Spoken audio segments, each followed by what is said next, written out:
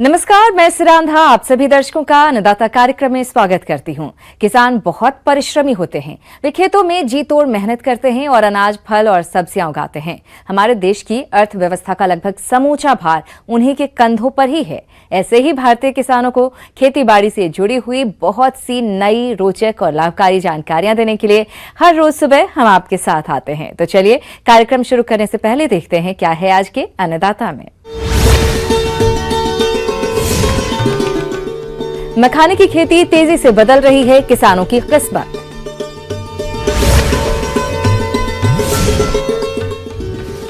मूंग की फसल में किए जाने वाले जरूरी कार्य।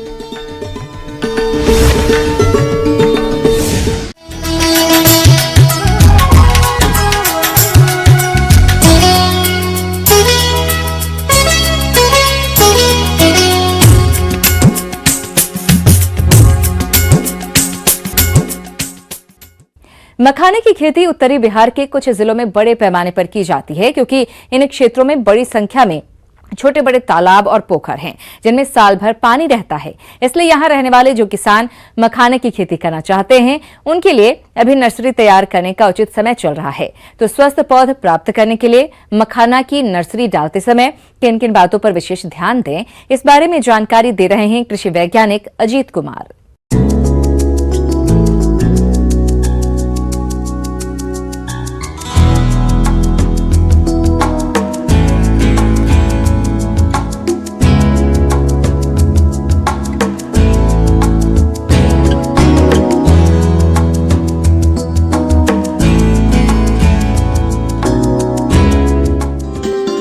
मखाना पानी की एक घास है जिसे कुरूपा अखरोट भी कहा जाता है।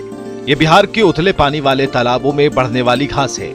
इसके बीज सफेद और छोटे होते हैं। दिसंबर से जनवरी के बीच मखाना के बीजों की बुआई तालाबों में होती है। पानी की निचली सतह पर बीजों को गिराया जाता है। अधिक पानी वाले गहरे तालाब मखाने की खेती के लिए सही नहीं होते। कम और उथले पानी वाले तालाबों में 1 से 1.5 मीटर की दूरी पर बीज गिराए जाते हैं। 1 हेक्टेयर तालाब में 80 किलोग्राम बीज बोए जाते हैं। तो मखाना खेती किसान भाइयों हम दो तरह से करते हैं, दो तरीकों में। एक होता है तालाब में सिस्टम में और दूसरा होता है फील्ड कंडीशन में। तो जिन किसान भाइयों ने तालाब में करते हैं और पहले से कर लिए हैं तो उनको कोई भी बीज डालने की ज़रूरत नहीं होता है। और जिन किसान भाइयों चाहते हैं कि हम नया तालाब में करना चाहे तो उसके लिए 80 केजी प्रति हेक्टेयर मखान का बीज उसमें हमको दिसंबर मंथ में छिड़काव कर देते हैं। तो जिन किसान भाई अगर उसको वैरायटी का भी चयन करते हैं तो ऐसा है कि जो ICR Indian council for agriculture research जो है वो डेवलप किया है, स्वर्ण वेदी एक वैरायटी है जिसका जो प्रोडक्शन है 30 क्विंटल प्रति हेक्टेयर तक भी वो प्रोडक्शन देता है। जो कि आप ट्रेडिशनल विधि से लीजिएगा तो 1.6 यानी कि 16 क्विंटल प्रति हेक्टेयर ही वो उपज आता है। तो इसीलिए अच्छा वैरायटी का भी चयन करें। एक वैरायटी और है जो सबौर 1 है, जो भागलपुर एग्रीकल्चर यूनिवर्सिटी से रिलीज किया हुआ है। तो उसका भी आप उस जो वैरायटी है आप अपने खेत में लगा सकते हैं। और एक विधि और है किसान भाई कि जैसे फील्ड कंडीशन में, तो फील्ड कंडीशन अभी के सिस्टम में सबसे अच्छा माना गया है, इसलिए कि इसमें हमको केवल 4 महीना में ही मेरा मखान तैयार हो जाता है। तो इसके लिए सबसे पहले हम लोग नर्सरी तैयार करते हैं। अब नर्सरी तैयार करने में क्या है कि जैसे 500 मीटर स्क्वायर में अगर आप 20 केजी जो मखान का बीज लगा देते हैं उसमें, तो हमारा 1 हेक्टेयर जमीन के लिए सफिशिएंट होता है। अगर खेत में मखाने की खेती करनी है तो इसके लिए सबसे पहले खेत की गहराई जुताई कर लें। इसके बाद खेत में फसल अवशेष और खरपतवारों को निकाल कर बाहर कर दें और 2 से 3 जुताई करने के बाद खेत में 2 फीट तक पानी भर दें। इसके बाद तैयार पौधों की खेत में रोपाई करें। रोपाई के बाद फसल की बढ़वार ठीक तरीके से होती रहे, इसके लिए समय समय पर फसल में खाद और उर्वरकों का प्रयोग करना पड़ता है। खेत की तैयारी के समय 12 टन गोबर की खाद, 6 क्विंटल महुआ की खली, 7 क्विंटल नीम की खली, 6 क्विंटल करंज की खली प्रति हेक्टेयर की दर से खेत में डालें और रोपाई के बाद 2.5 किलोग्राम यूरिया, 2 किलोग्राम DAP और 1 किलोग्राम पोटाश प्रति कट्ठा की दर से खेत में डालना चाहिए। जी किसान साथियों, हमारा नर्सरी को देखरेख बहुत ही ज़रूरी है, क्योंकि अगर स्वस्थ नर्सरी होगा तभी हम अच्छा से अच्छा प्रोडक्शन ले पाएंगे। तो इसी समय में बहुत अधिक देखने की ज़रूरत है, क्योंकि जो भी कीड़ा है फरवरी महीना से ही स्टार्ट होता है। फरवरी से लेकर के मार्च तक वो एक थोड़ा इनिशियल पीरियड में रहता है। अगर अभी इस पर कंट्रोल किया जाए तो हमारा प्रोडक्शन आप अच्छे से ले सकते हैं। तो अभी देखने वाली बात है कि एफिड जैसे आता है, फिर लार्वा वर्म आता है और बग, ये 3 जो कीड़ा है ये बहुत ही हमारे मखाना को क्षति पहुंचाते हैं। तो इसके लिए आप पहले देख लीजिए, अगर है तो उस पर क्या कीजिए, 2 ml नीम का ऑयल से स्प्रे कर दीजिए।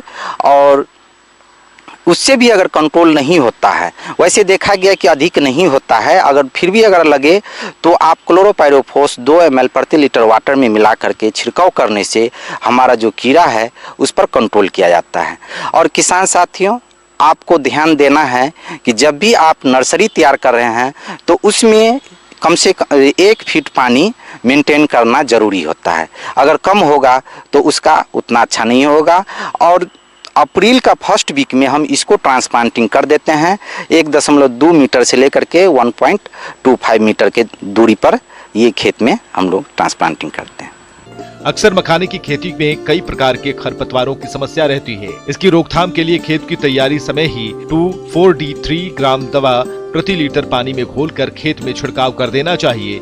खड़ी फसल में काई की समस्या से बचने के लिए कॉपर सल्फेट 20 ग्राम को पोटली बनाकर खेत में 5 से 6 जगहों पर डाल दें। इससे हरी काई की समस्या कम होती है।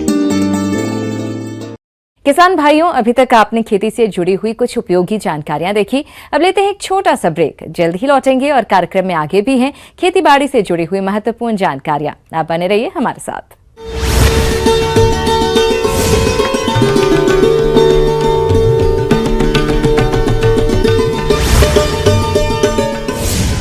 ब्रेक के बाद आप सभी दर्शकों का अन्नदाता में एक बार फिर से स्वागत है। चलिए अब रुख करते हैं अगली कड़ी की ओर।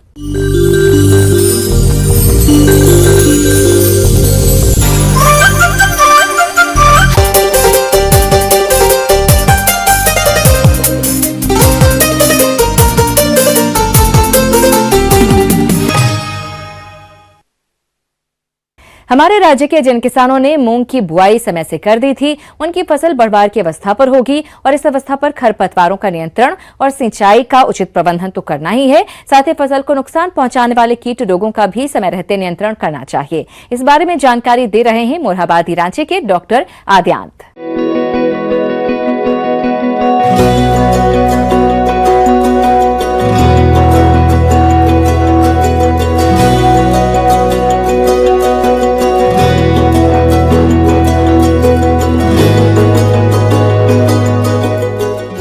किसान भाइयों नमस्कार। आज आपने जो गर्मा मूंग की फसल लगा रखी है, हम आज उसके प्रबंधन के बारे में चर्चा करेंगे। सबसे पहले हम खरपतवार नियंत्रण की बात करते हैं। किसान भाइयों, मूंग की फसल के साथ कुछ खरपतवार भी उग जाते हैं जो कि फसल के साथ खाद, उर्वरक, हवा, पानी तथा प्रकाश के लिए प्रतिस्पर्धा करते हैं, जिससे मूंग की फसल का सही विकास नहीं हो पाता और उत्पादन में कमी आ जाती है। इसलिए आप अपनी फसल को खरपतवारों से मुक्त रखें। अगर आपने बुआई के समय खरपतवार नियंत्रण के लिए शाकनाशी जैसे कि पेंडिमिथेलिन या फ्लूक्लोरेलिन का प्रयोग किया है तो अच्छा है। अगर नहीं किया है तो फिर बुआई के बाद प्रथम निंदाई बुआई के 20 से 25 दिन के बाद करेंगे और दूसरी निंदाई 45 दिन के बाद करेंगे, जिससे जो भी खरपतवार हैं वो आपके खेतों में नहीं रहेंगे और हमारे मूंग की फसल को काफ़ी लाभ होगा। दूसरी बात पे हम चर्चा करेंगे सिंचाई की बात पे। अगर खेतों में पर्याप्त नमी नहीं है तो फिर आप मूंग की फसल में सिंचाई बुआई के तुरंत बाद एक हल्की सिंचाई देंगे। सिंचाई देने के बाद आपको 3 सिंचाई करना अति आवश्यक है, जो कि बुआई के 20 से 25 दिन के बाद, 35 से 40 दिन के बाद और फली पकने के समय करनी होती है। मूंग की फसल को कुछ रोग व कीटों द्वारा अधिक हानि पहुंचाई जाती है और यदि आपने इन रोग और कीटों का शुरुआती अवस्था में ही नियंत्रण नहीं किया तो यह रोग व कीट फसल को खराब कर देंगे और आपको मूंग का कम उत्पादन प्राप्त होने से आर्थिक हानि का सामना करना पड़ेगा। इसलिए आप इन रोग व कीटों का सही समय पर नियंत्रण करें। मूंग में प्रमुख कीट पत्ती मोड़क और सफेद मक्खी हैं। सफेद मक्खी एक रस चूसक कीट है जो कि पत्तियों के नरम पत्तियों और नरम तनों के रस को चूसती है, जिससे पौधे कमज़ोर पड़ जाते हैं और सूखने लगते हैं। यह कीट पीला मोज़ेक वायरस और पीला मोज़ेक विषाणुओं को फैलाने में भी सहायक होती है। पीला मोज़ेक विषाणु मूंग का सबसे खतरनाक बीमारी है, जिसकी वजह से मूंग की उपज घट जाती है। अतः इस कीट का नियंत्रण बहुत ही आवश्यक है और इसके नियंत्रण के लिए आप इमिडाक्लोरपिड या फिप्रोनिल 2.5 से 3 मिलीलीटर प्रति 10 लीटर पानी में मिलाकर छिड़काव करेंगे। इसके अलावा मूंग की फसल में इल्लियों का प्रकोप होता है। यह इल्लियां पहले मूंग की कोमल पत्तियों और टहनियों के अलावा फूलों को खाकर नुकसान पहुंचाती है और फली आने पर फलियों में छेद करके दाने को खराब कर देती है और उत्पादन में कमी आ जाती है। इसलिए आप कीट प्रकोप की प्रारंभिक अवस्था में नीम तेल की 5 मिलीलीटर मात्रा को प्रति लीटर पानी के हिसाब से घोलकर छिड़काव करें। यदि कीट प्रकोप आर्थिक क्षति स्तर से अधिक हो तो रासायनिक नियंत्रण के लिए आप इंडोस्कार्प दवा की 1 मिलीलीटर मात्रा को प्रति लीटर पानी के हिसाब से घोलकर छिड़काव कर सकते हैं। इन इल्लियों का नियंत्रण आसानी से हो जाएगा।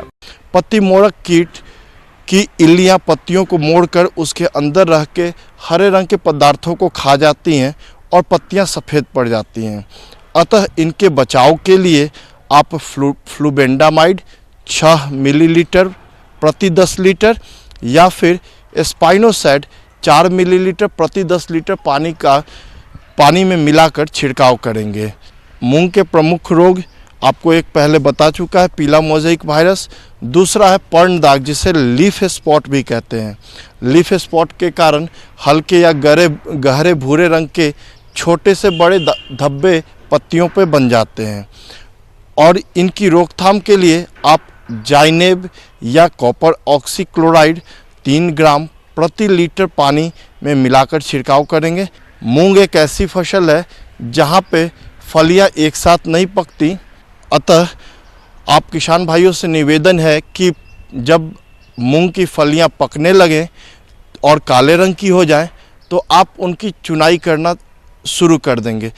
इस तरह से बताए गए निर्देशों के अनुसार अगर आप मूंग की फसल में अधिक ध्यान देंगे तो अच्छे से अच्छा लाभ ले सकेंगे।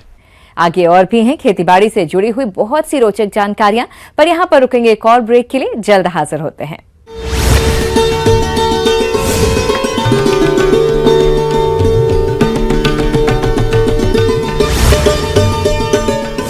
नेटवर्क। ब्रेक के बाद एक बार फिर से आप सभी दर्शकों का अन्नदाता कार्यक्रम में स्वागत है। बढ़ते हैं अगली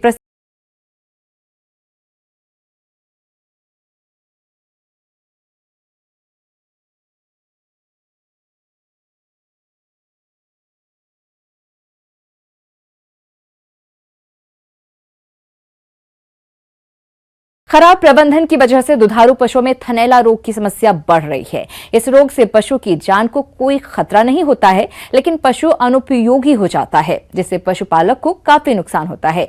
तो क्या है थनैला रोग के कारण, लक्षण और बचाव के उपाय, इसकी जानकारी दे रहे हैं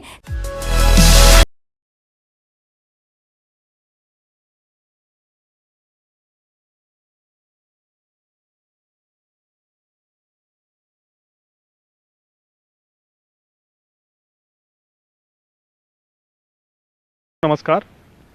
आज हम बात करें दुधारू पशुओं में होने वाले थनैला मैस्टाइटिस बीमारी के फैलने के कारण निदान और उसके बचाव के बारे में।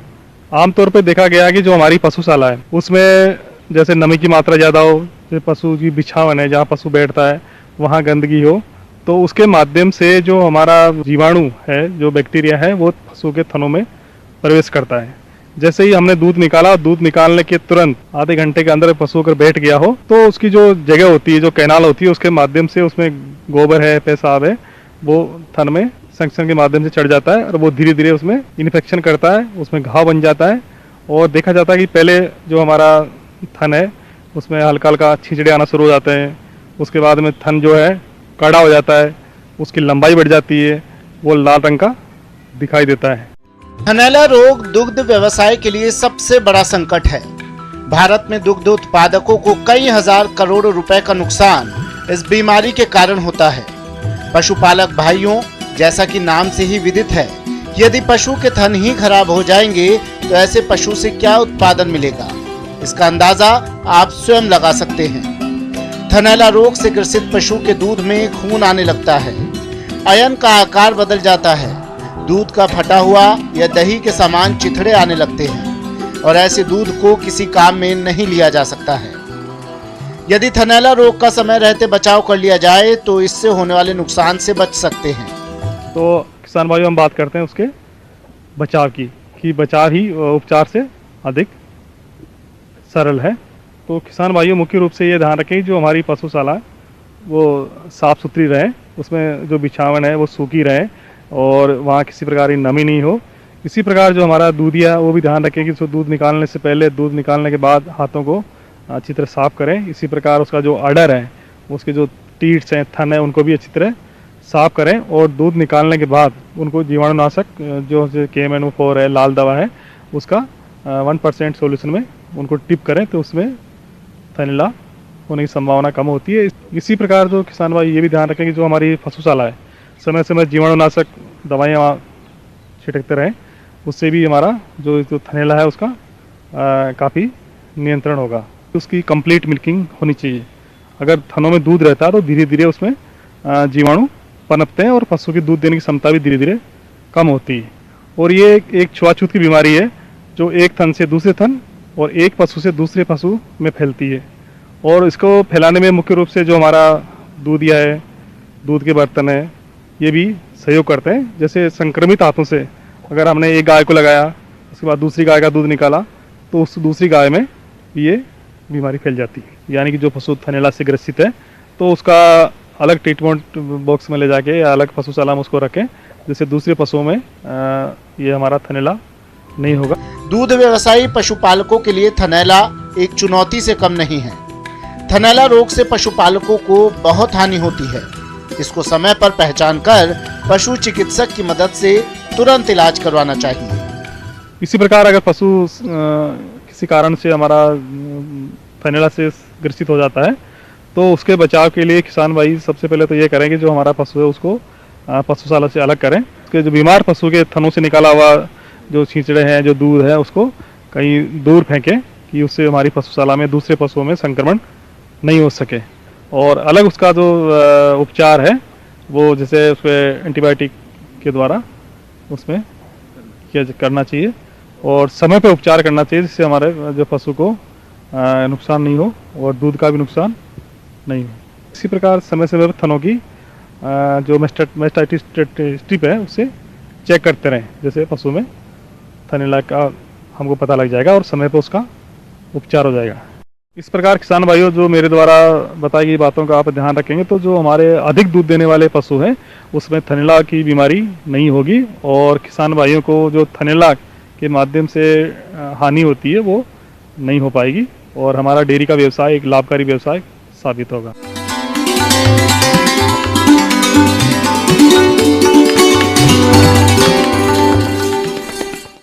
अन्नदाता हेल्पलाइन निःशुल्क फोन संपर्क सेवा के माध्यम से आपके द्वारा पूछे गए प्रश्नों में से एक या दो महत्वपूर्ण प्रश्नों को हम अपने कार्यक्रम में शामिल करते हैं। इसी के तहत आज का चयनित प्रश्न और उसका जवाब इस प्रकार है।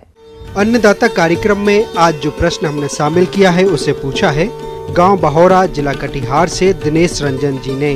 आप खरपतवारों के नियंत्रण के लिए यंत्रों के उपयोग पर जानकारी चाहते हैं तो दिनेश रंजन जी, आपकी जानकारी के लिए देखिए कार्यक्रम का यह अंश। किसान बंधु, आज मैं बीडर के बारे में आप लोग को बताने के लिए जा रहा हूं। आप सबों को मेरा नमस्कार। बीडर, हम लोग के यहाँ बीडर का मतलब यह है कि निकाई गुड़ाई के यंत्र हैं और निकाई गुड़ाई के यंत्र यहाँ पर हम लोग को बहुत ही कम पैमाने में करते हैं। जैसे है कि निकोनी केवल हाथ के द्वारा ही करते हैं, जो कि हमको लागत में खर्च अधिक पड़ जाता है। खरपतवार वह पौधा है जो किसी भी परिस्थिति में कृषि के लिए लाभदायक की तुलना में अधिक हानिकारक होता है। सूर्य का प्रकाश, स्थान और पोषक तत्वों के लिए प्रतिस्पर्धा करके पोषक तत्वों के अधिकांश भाग को शोषित कर लेते हैं, जिसके कारण फसल की विकास गति धीमी पड़ जाती है तथा पैदावार कम हो जाती है। खरपतवार फसलों के लिए हानिकारक कीटों के लिए प्राश्रयी पौधों के रूप में कार्य करते हैं। इसके अलावा फसल कटाई के समय परिपक्व खरपतवार भी साथ में आ जाते हैं और उत्पादन की गुणवत्ता को भी प्रभावित करते हैं। इसलिए हम जैसे है कि पहले जैसे हम लोग कुदाली खुरपी से करते हैं, अभी यंत्र चालित जो है जो कि उसमें अधिक पड़ जाता है। हम लोग अगर खेत की जुताई अच्छी तरह से कर लेते हैं तो हम लोग को निकाई गुड़ाई करने में यांत्रिक के द्वारा कम पड़ जाएगा। लेकिन जब हम देखते हैं कि आज के युग में आधुनिक युग में कृषि यंत्रों का आधुनिक कृषि यंत्रों का उपकरण का या करके हम अगर निकाई गुड़ाई का काम करें तो हमको खर्च में कम पड़ेगी और समय पे हम सब कुछ को ले सकते हैं। इसीलिए जैसे एक हुआ मनुष्य द्वारा, दूसरा होता है आप ट्रैक्टर के द्वारा या शक्ति इंजन के द्वारा शक्ति चलित द्वारा करते हैं, जो कि बीडर का उपयोग किया जा सकता है। मनुष्य के द्वारा जैसे हम करते हैं कि खुरपी हुआ, कुदाल हुआ, इसके द्वारा करते हैं। लेकिन उसके बनिस्पत में अगर हम यंत्र चालित जैसे ट्रैक्टर के द्वारा हम करते हैं तो ट्रैक्टर के द्वारा जैसे करने के लिए हमको जो यंत्र है उस यंत्र को अगर करें तो हमको कम खर्च लगेगी। लेकिन यंत्र के द्वारा जब हम करते हैं तो कोई भी फसल को लेते हैं तो हमको कतारबद्ध में लेना होगा, लाइन सोइंग करना होगा। लाइन सोइंग करने के उपरांत क्या होता है कि हमको निकोनी करने में सुविधा हो जाती है और घास की निकोनी करने में लागत जो खर्च पड़ती है निकोनी में वो कम पड़ जाएगी। इसीलिए हम बीडर का उपयोग करें। जैसे है कि एक कोनो बीडर जैसे धान का खेत में हम करते हैं, कोनो बीडर धान का खेत के उपयोग करते हैं। टाण जमीन के लिए हम व्हील हो का प्रयोग करेंगे। व्हील हो के द्वारा अगर हम खेती करें, जैसे हुआ आपका मूंगफली हुआ, चना हुआ, गेहूं हुआ, इसको अगर हम करते हैं तो हमको व्हील हो के द्वारा करते हैं। जनरली व्हील हो में हम टमाटर का खेत में, मूंगफली का खेत में करें या परसवीन लगाएं तो परसवीन का खेत में, बैगन का खेत में करें व्हील हो से तो हमको अधिक होगा। व्हील हो में एक हैंडल लगा होता है, दो पुली छोटे छोटे लगते हैं और उसमें ब्लेड लगा हुआ रहता है, जिसके द्वारा हम आगे अगर बढ़ाते जाते हैं तो वो खुदरते हुए जाती है। पावर वीडर आमतौर पर छोटी मशीनें होती हैं जो पूरी तरह से खरपतवार को हटाने के लिए उपयोग की जाती है। इन मशीनों को आसानी से इस्तेमाल किया जा सकता है, यहाँ तक कि इनके सुरक्षित संचालन के लिए किसी भी प्रकार के पूर्व प्रशिक्षण की आवश्यकता नहीं होती। यह वीडर इंजन, फ्रेम, ब्लेड्स तथा सहायक पहिए का मिश्रण होता है। ये आमतौर पर दो छोटे स्ट्रोक इंजन द्वारा संचालित होता है। इंजन का उपयोग वीडर के सामने लगे हुए ब्लेडों को घुमाने के लिए किया जाता है। वीडर में इंजन को स्टार्ट करने के लिए रिकॉर्ड स्टार्टर लगा होता है। इंजन चालू होने के बाद मशीन को कोई व्यक्ति धकेल कर आगे बढ़ाता है। अधिकांशतः इंजन शक्ति का उपयोग केवल ब्लेड को घुमाने के लिए ही किया जाता है। व्हीलो चलाने के लिए हमको मैनुअल ही करना पड़ेगा, क्योंकि उसमें अगर जब तक गेहूँ हो जाती तब तक हम उसको नहीं ले पाते हैं। इसलिए मकई में अधिकतर हम बोलना चाहते हैं कि मकई के लिए हम बीडर को चलाएं जो ट्रैक्टर चालित हो उसके द्वारा करें, या पावर टिलर हो तो पावर टिलर के द्वारा भी हमको उस यंत्र को यूज करते हुए चलाएं, ताकि हमको निकोनी में जो खर्च पड़ती है वो कम हो जाएगी और उत्पादन में हमको वृद्धि अधिक मिलेगी। अब आइए देखते हैं कल दिखाए जाने वाले कार्यक्रम की मुख्य झलकियां।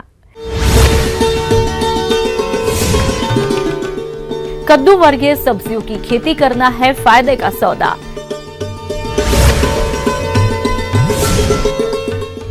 लेयर फार्मिंग करके किसान कमा सकते हैं अच्छी आमदनी।